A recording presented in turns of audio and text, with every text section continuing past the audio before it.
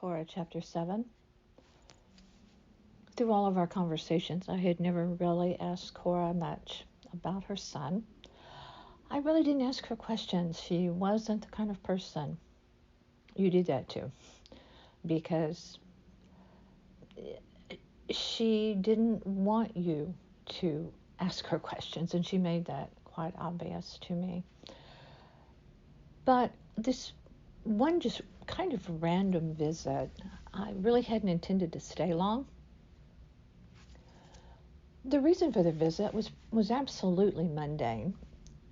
She loved these store-bought cookies that were chocolate chip and coconut cookies, and they were her favorite.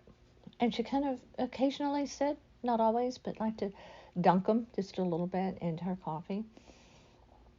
But either way, whether she also liked it, she said, with a glass of milk. They were her favorites. So I bought a couple bags because I knew she was out of cookies. So I popped in with them. And when she opened the sack from the store, there was just a flicker of something. I couldn't really tell what it was, but it caught my attention. It caught my eye. There was a reaction that went deeper than I brought her cookies. And so I stood and I watched her get up from her chair and take them into the kitchen and remove them from the bag. And when she came back, something was going on in her expression, and I had to ask. So on this occasion, I did. Because I wondered if she was okay with me bringing her cookies. I couldn't figure out why the reaction to two simple bags of cookies. And so I asked her, is it okay that I bring you cookies, or do you not like these anymore? Because sometimes we get tired of something and we don't want them anymore. And her voice kind of caught in her throat as she responded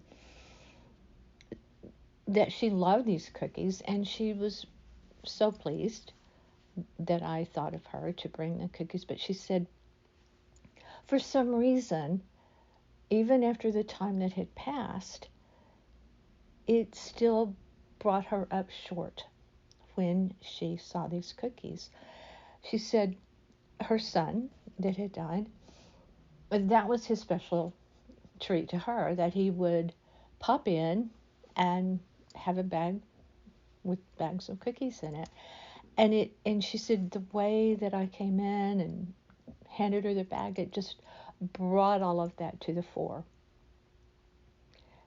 And she said, these things hit you at the most unexpected times, the loss of someone. You never know when it will come, when the most minuscule thing will rip at your heart because you miss them and you want to be able to speak to them again, and you want to be in their company again, and you want to fight with them, not literally, but have disagreements about topics of mutual interest.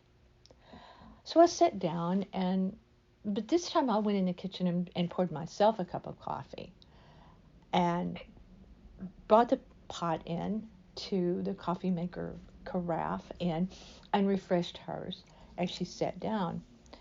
And then she just started talking about her son. This is the one that she felt responsible, remember, for breaking up his first marriage. I'm sure it could have played a part in it, her behavior, but it had to be more than that, obviously. But still, she felt that. But she said there was something about him that she was always curious about. And it wasn't until after his death,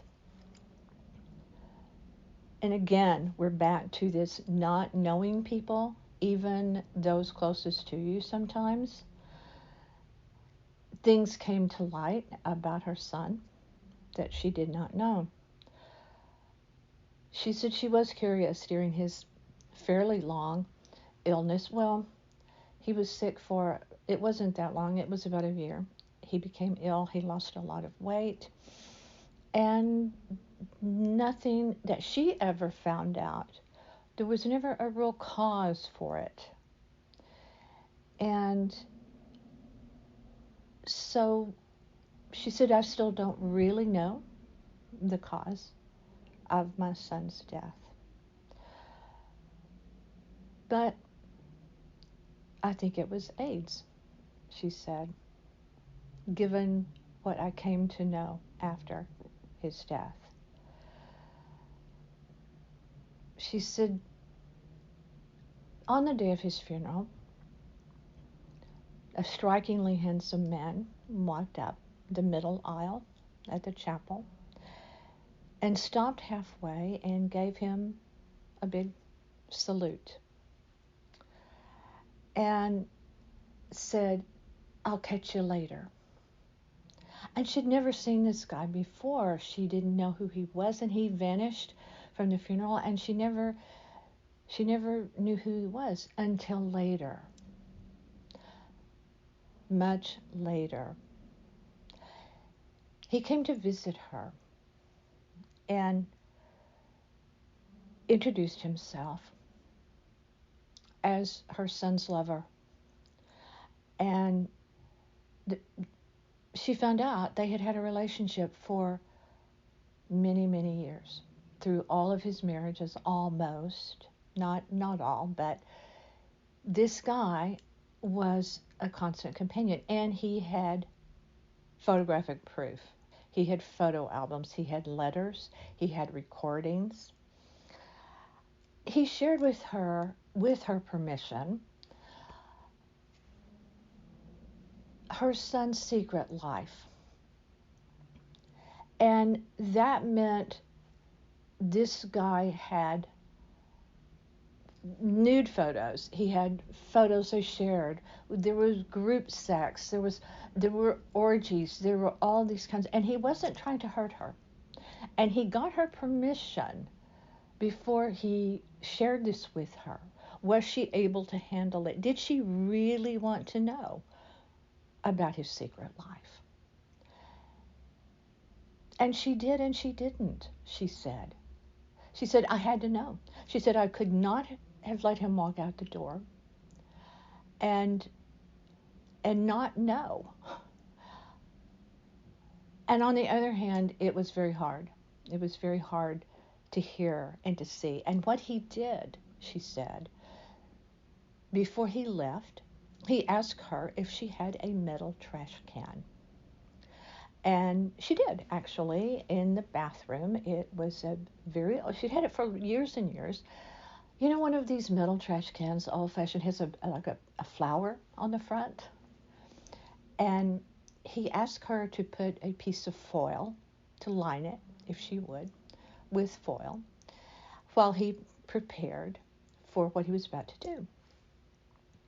And what he did was to put all of the suggestive, the nude photos, all of that in the trash can, and he lit it on fire. And he kept it, he had a glass of water nearby to douse it if necessary, and he burned all of that. But he told her he could not burn the correspondence. He had to keep the tapes of them. He had to keep his voice. He said, I want to continue to hear his voice. I hear it in my head, and I want to hear it. So he said, I'm sorry, but I'm keeping all of that. And she understood, and she wondered how he was. How are you? How's your health? And he was okay. He was okay. He was, at that point in time, he was very much okay, and she hoped that he would continue to be, she said.